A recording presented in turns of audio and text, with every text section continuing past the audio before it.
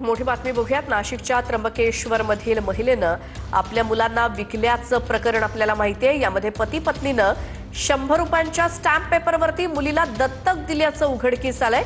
अंगणवाडी सेविकांनी दत्तक पत्राच्या आधारे जन्म दाखला बनवल्याचा आरोप सामाजिक कार्यकर्त्यांनी केलाय आणि या सगळ्या प्रकरणाची चौकशी होईल। महिला आणि बाल विकास विभागाच्या चौकशी समितीत नेमकं काय काय समोर येतं याकडे आपलं लक्ष असेल। ती अशी की मुख्यमंत्री सहायता निधीला 1000 कोटी रुपये देण्यात आलेत असं दानवेंचं म्हणणं आहे। मात्र कारवाईची अपेक्षा मी निश्चित करतो, मी शेतकऱ्यांना निधी मिळावा ही अपेक्षा करतो असं वक्तव्य अंबादास दानवे यांचं।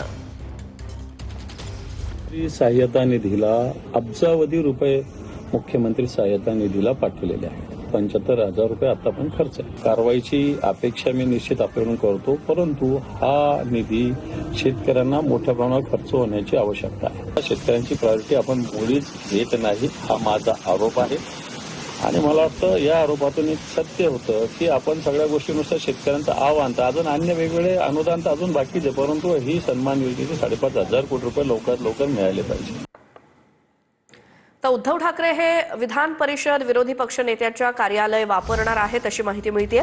अधिवेशन कालावधीमध्ये ठाकरे पक्ष कार्यालयामध्ये बसणार असल्याची माहिती मिळाली आहे। दालनाच्या बाहेरील विरोधी पक्षनेते कक्षाबाहेरची पाटी ही काढण्यात आलेली आहे।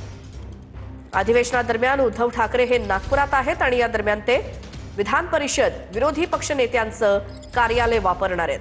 अधिवेशन कालावधीत ठाकरे पक्ष कार्यालयात बसणार असल्याची माहिती मिळते आणि दालनाच्या बाहेरची विरोधी पक्षनेते कक्षाबाहेरची पाटी ही काढून टाकण्यात आली आहे।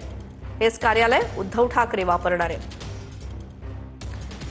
आणि एक मोठी बातमी, भाजपचे आमदार अभिमन्यू पवार आणि उद्धव ठाकरे यांची विधान भवनात भेट झाली।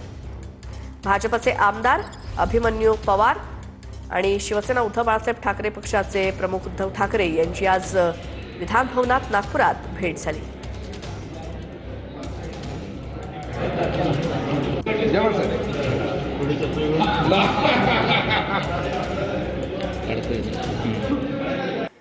दरम्यान ज्येष्ठ समाजसेवक अण्णा हजारे यांनी मुख्यमंत्री देवेंद्र फडणवीस यांना पत्र लिहिलंय। पत्रामध्ये लोकायुक्त विधेयकाच्या अंमलबजावणीसाठी उपोषण करणार असल्याचं अण्णा हजारेंनी लिहिलंय। अण्णा हजारे लोकायुक्त कायद्याच्या अंमलबजावणीसाठी पुन्हा आमरण उपोषणाला बसणार आहेत। 30 जानेवारी 2026 पासून राळेगण सिद्धी इथल्या यादव बाबा मंदिरामध्ये अण्णा हजारे उपोषणाला बसणार आहेत। 28 डिसेंबर 2022 ला विधानसभेत आणि 15 डिसेंबर 2023 ला विधान परिषदेत हे विधेयक मंजूर होऊन सुद्धा अंमलबजावणी होत नसल्यामुळे अण्णा हजारे उपोषणाला बसणार आहेत।